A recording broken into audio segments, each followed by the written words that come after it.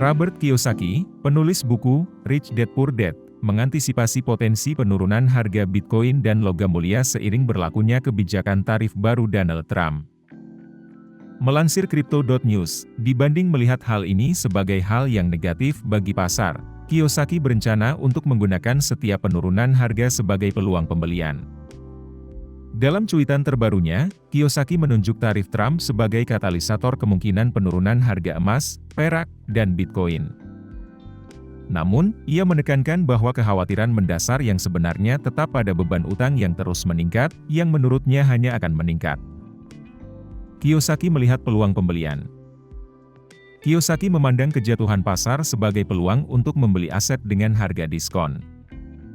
Kejatuhan berarti aset sedang diobral. Saatnya menjadi lebih kaya, jelasnya.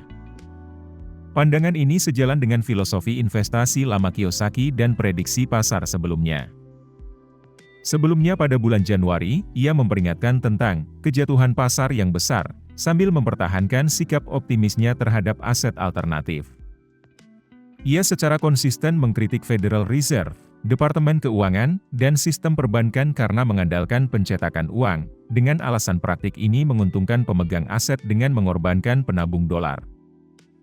Kiyosaki juga membahas dua prinsip ekonomi yang ia lihat sebagai kunci kekuatan Bitcoin.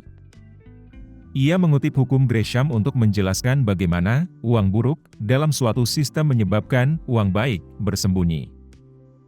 Kiyosaki menyarankan bahwa Bitcoin, bersama dengan emas dan perak, mendorong dolar AS ke posisi ini.